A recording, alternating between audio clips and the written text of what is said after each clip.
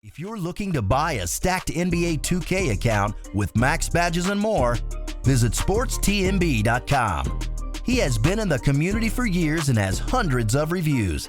Click the first link in the description to get your account today.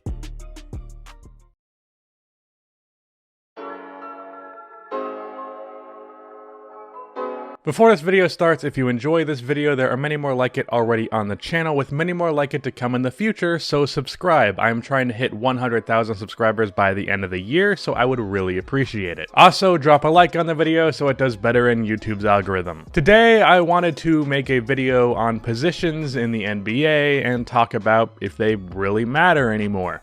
Now, 2 days ago, I made a video on rebounding and if that matters anymore, and there were a bunch of boomers pissed off at me in the comments section. Because watching three-pointers isn't as fun as watching box outs and slow-ass post-ups, and this generation is soft, and the 90s was better, and blah, blah, blah, blah, blah. Look, if you aren't here to enjoy the sport, then just leave. I don't give a shit about what you think. I don't want to see those bullshit comments on this video, but it's a modern basketball video, and I'm also going to be saying positive things about Draymond Green, who the NBA fan community hates in general, so guess it's happening regardless. Positions over the past few years have really become a construct over anything else, and the power forward position has basically been eradicated to the point where true power forwards aren't really a thing anymore. Small ball or point forwards really are just what power forwards are now. The guard position has basically shifted to two players who play exactly the same, and then whoever's the shorter player plays point guard. And centers have been devalued to the point where a team with an all-star center has not won a championship in well over a decade. And teams like the Rockets feel perfectly valid trading away a center and starting a dude just 2 inches taller than me at the 5 spot.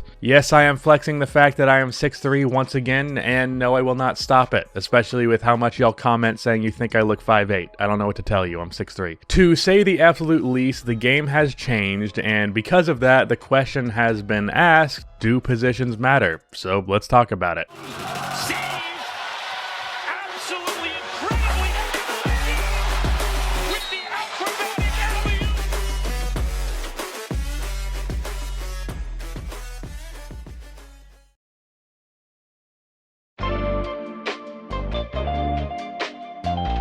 So in order to come to a conclusion as to whether or not positions matter in the NBA, first we need to look at the source of where this question even came from. And what spawned this question was a bit of the Miami Heat, as well as the Golden State Warriors dynasty.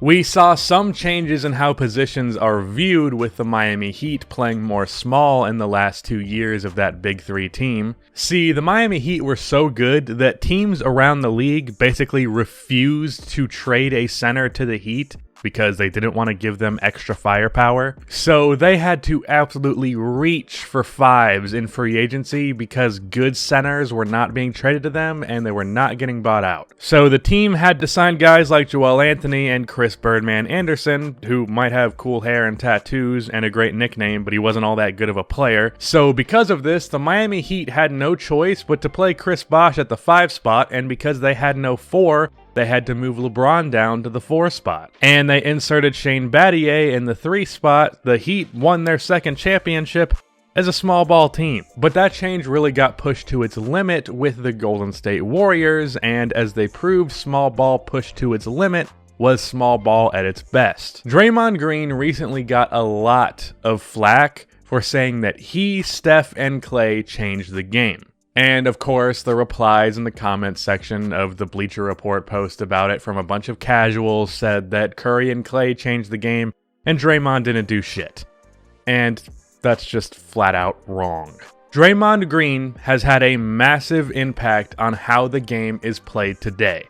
He, alongside the Golden State Warriors, popularized small ball. To put into perspective just how much the game changed with Draymond Green, look no further than what the team was before him and what the plan was going into that season.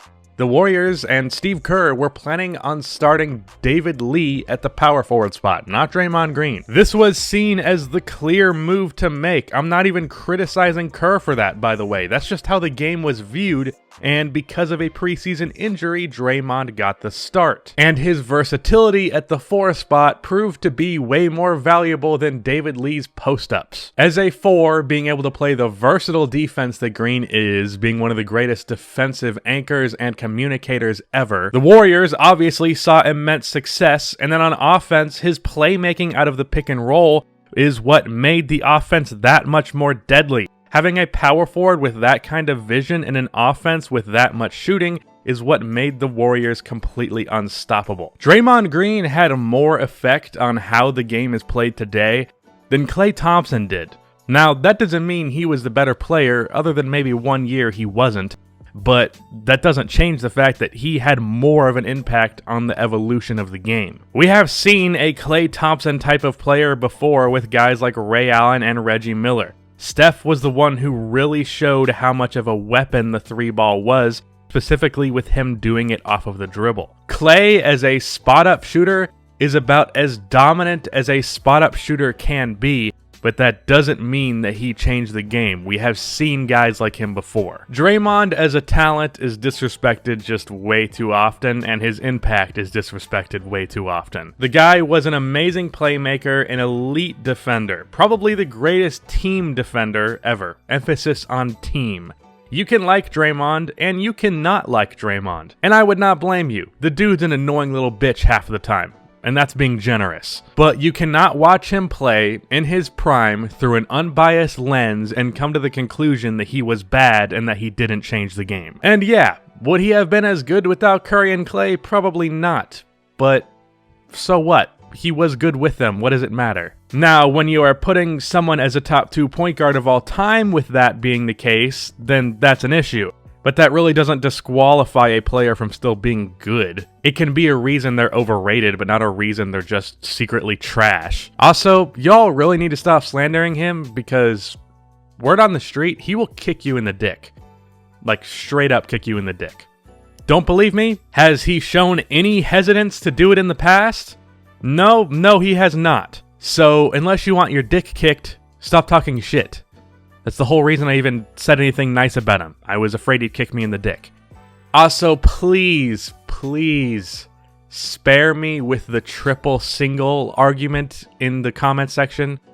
Like, just because Charles Barkley said something funny doesn't mean it's a legitimate argument. And the Warriors would take Green as a 4 and push it to a whole nother limit by putting him at the 5, running Iggy at the 4, Barnes at the 3, as well as Curry and Klay at the 1 and 2, making them even deadlier. This team being as good as it was with a 6'5" center proved the value of small ball. So that really is the crux of the reason why this whole debate has even being had, because the Miami Heat found some success with small ball, and the Golden State Warriors found a lot of success with small ball. Now, you might be thinking, why does small ball prove that positions don't matter?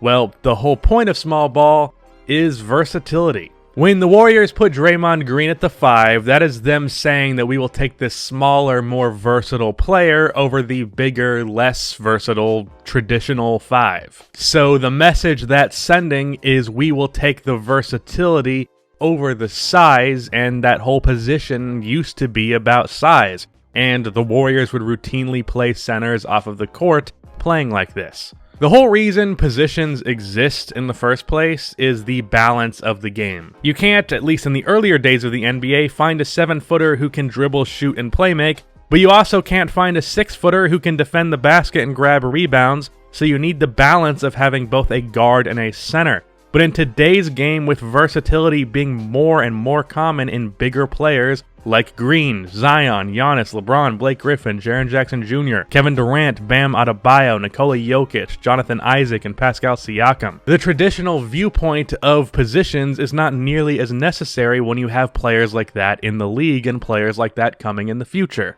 Used to be that your center couldn't pass and shoot, but now Nikola Jokic can do that. Now Brook Lopez is a knockdown three-point shooter. Used to be 7-footers couldn't break people down off of the dribble, and now Giannis and Kevin Durant do that all the time. Used to be that 6'8" players really weren't dictating the offense, and LeBron's been doing that his entire fucking career. And because of that, traditional centers have been nearly eradicated. Centers themselves, like Jokic, have had to adapt. Now, with all of that said, do positions matter in the NBA? Yes, and no, but also yes, and also a little bit no. Basically, my view is we are in a transitional phase between positions not mattering, but as of right now, currently they do.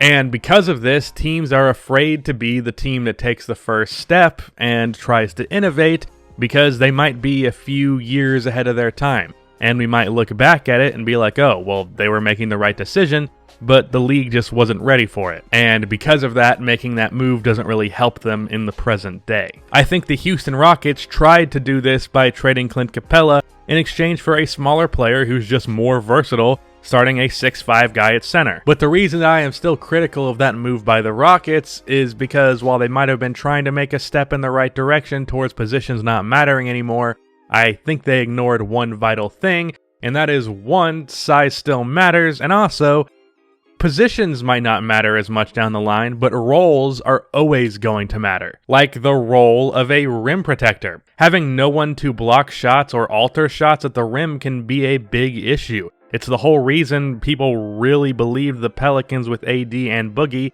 had a chance to beat the Warriors, because they weren't great at playing defense on big men with their lineup of death, but also when they couldn't go to that, they had guys like Andrew Bogut and Kevon Looney who they could put in the game to be a more traditional five. And the reason that I say positions still matter, and probably will for at least another decade, is the lack of big dudes that can really do it all. An ideal basketball team really is like 4 Kevin Durants and 1 Giannis.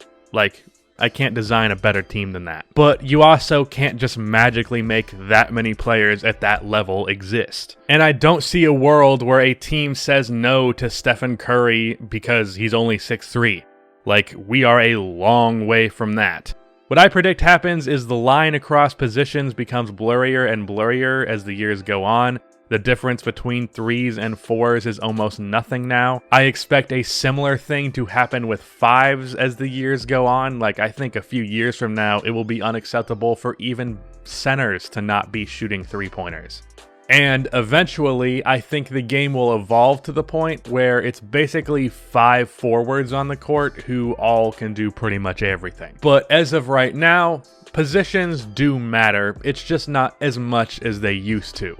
What I am interested to see is if the game will go towards a bigger route where all guards are 6'7", or a smaller route where all centers are 6'7". I honestly hope it's the second one, because I'd feel bad for like 6'4" guys who can't even make the league now. I guess we'll just have to wait and see. But that's the end of this video. Please be sure to like and subscribe for more NBA content like this, and cue the outro music.